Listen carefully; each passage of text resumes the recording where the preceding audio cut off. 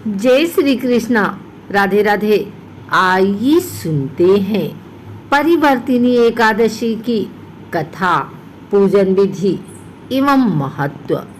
पांडुनंदन अर्जुन ने कहा, हे प्रभु, भादो की शुक्ल पक्ष की एकादशी का क्या नाम है तथा उसके व्रत का क्या विधान है? उस एकादशी के उपवास को करने से किस फल की प्राप्ति होती है? हे कृष्ण, कृपा कर यह सब समझा कर कहिए। श्री कृष्ण ने कहा, हे पार्थ, भाद्रपद माह की शुक्ल पक्ष की एकादशी को जयंती एकादशी भी कहते हैं। इस एकादशी की कथा सुनने मात्र से ही सभी पापों का शमन हो जाता है और मनुष्य स्वर्ग का अधिकारी बन जाता है। इस जयंती एकादशी की कथा से नीच पापियों का भी उद्धार हो जाता है।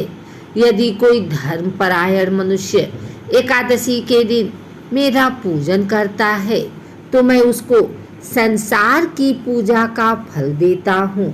जो मनुष्य मेरी पूजा करता है उसे मेरे लोक की प्राप्ति होती है, इसमें तनिक भी संदेह नहीं है। जो मनुष्य इस एकादशी के दिन भगवान श्री वामन का पूजा करता है वह तीनों देवता अर्थात ब्रह्मा, विष्णु, महेश की पूजा करता है। हे पार्थ, जो मनुष्य इस एकादशी का उपवास करते हैं उन्हें इस संसार में कुछ भी करना शेष नहीं रहता। इस एकादशी के दिन भगवान विष्णु करवट बदलते हैं, इसलिए इसे परिवर्तिनी एकादशी भी कहते हैं। यह सुन विस्मित होकर अर्जुन ने कहा, हे जनार्दन, आपके वचनों को सुनकर मैं भ्रम में पड़ गया हूँ कि आप किस प्रकार सोते तथा करवट बदलते हैं।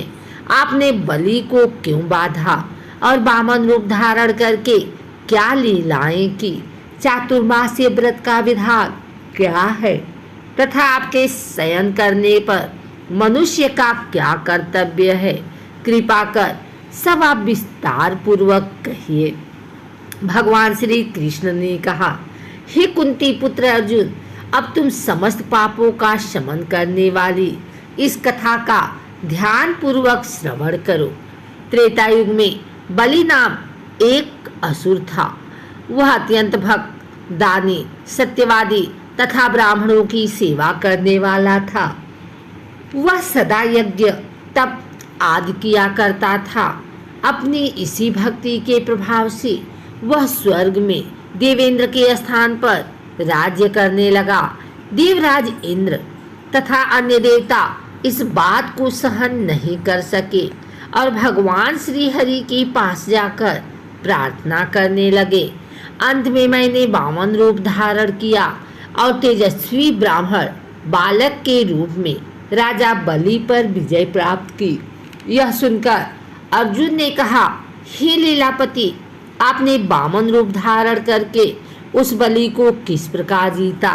कृपा कर यह सब विस्तार पूर्वक बताइए। भगवान श्री कृष्ण ने कहा, मैंने वामन रूप धारण करके राजा बलि से याचना की, हे राजन, तुम मुझे 3 पग भूमि दान दे दो, इससे तुम्हें 3 लोक के दान का फल प्राप्त होगा। राजा बलि ने इस छोटी सी याचना को स्वीकार कर लिया और भूमि देने को तैयार हो गया। जब उसने मुझे वचन दे दिया तब मैंने अपना आकार बढ़ाया और भूलोक में पैर, भुवन लोक में जंघा, स्वर्गलोक में कमर, महलोक में पेट, जनलोक में हृदय, तपलोक में कंठ और सत्यलोक में मुख रखकर अपने शीश को ऊंचा उठा लिया। उसी समय सूर्य, नक्षत्र, इंद्र तथा अन्य देवता मेरी स्तुति करने लगे। तब मैंने राजा बलि से पूछा कि हे राजन, अब मैं तीसरा पग कहाँ रखूं? इतना सुनकर राजा बलि ने अपना शीश नीचे कर लिया। तब मैंने अपना तीसरा पग उसके शीर्ष पर रख दिया और इस प्रकार देवताओं के हित के लिए मैंने अपने उस असुर भक्त को पाताल लोक में पहुंचा दिया। तब वह मुझसे विनती करने लगा। मैंने उससे कहा कि हे बलि, मैं सदैव तुम्हारे साथ रहूंगा। भादो के शुक्ल पक्ष की परिवर्तिनी नामक एकादशी के दिन मेरी एक प्रतिमा राजा बलि के पास रहती है और एक क्षीर सागर में शीशनाग पर शयन करती रहती है।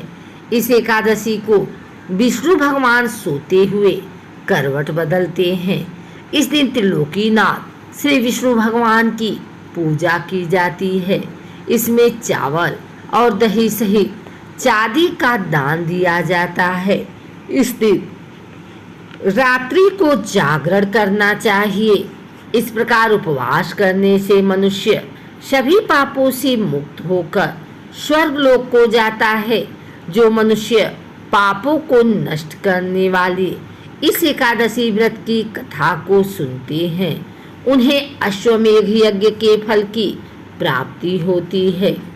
दान करने के उपरांत मनुष्य को अभिमान नहीं करना चाहिए। राजा बलि ने अभिमान किया और पाताल को चला गया। इससे इस बात का भी बोध होता है कि अति हर कार्य की बुरी होती है। परिवर्तिनी एकादशी को धार्मिक दृष्टि से बहुत खास माना जाता है। माना जाता है कि भगवान विष्णु इस दिन बेहद प्रसन्न मुद्रा में होते हैं। इस दिन की गई पूजा पाठ से वह बहुत जल्द ही प्रसन्न होते हैं और अपने भक्तों की सभी मनोकामनाएं पूर्ण कर देते हैं। इस साल परिवर्तिनी एकादशी पर रवि योग और सर्वार्थ सिद्धि योग का भी निर्माण हो रहा है, इसलिए यह तिथि बेहद शुभ मानी जा रही है। मान्यताओं के अनुसार इस दिन श्री हरि क्षीर सागर में करवट लेते हैं, इसलिए इसे परिवर्तिनी एकादशी कहा जाता है। इस एकादशी तिथि को भगवान के वामन रूप की पूजा की जाती है।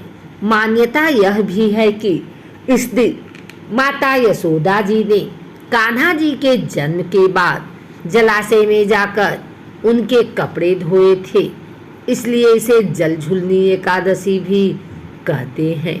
शास्त्रों के अनुसार इस दिन मौन रखकर भगवान विष्णु की पूजा की जाती है। ऐसा करने से माता लक्ष्मी प्रसन्न होती हैं और धन की प्राप्ति होती है। परिवर्तिनी एकादशी के दिन सुबह जल्दी उठकर स्नान कर लें और पूजा घर की साफ सफाई करके वहां पर दीप जलाएं। भगवान विष्णु का गंगा जल से अभिषेक करें और भगवान को पीले फल, फूल, मिष्ठान और पीले वस्त्र अर्पित करें। भगवान के भोग के लिए घर पर अपने हाथों से स्वच्छता के साथ कोई पकवान तैयार करें। इस दिन तुलसी पर भी सुबह शाम दीपक जलाएं और माँ लक्ष्मी की भी पूजा करें। भगवान को चढ़ाए जाने वाले सभी भोग और व्यंजनों में तुलसी के पत्ते जरूर डालें।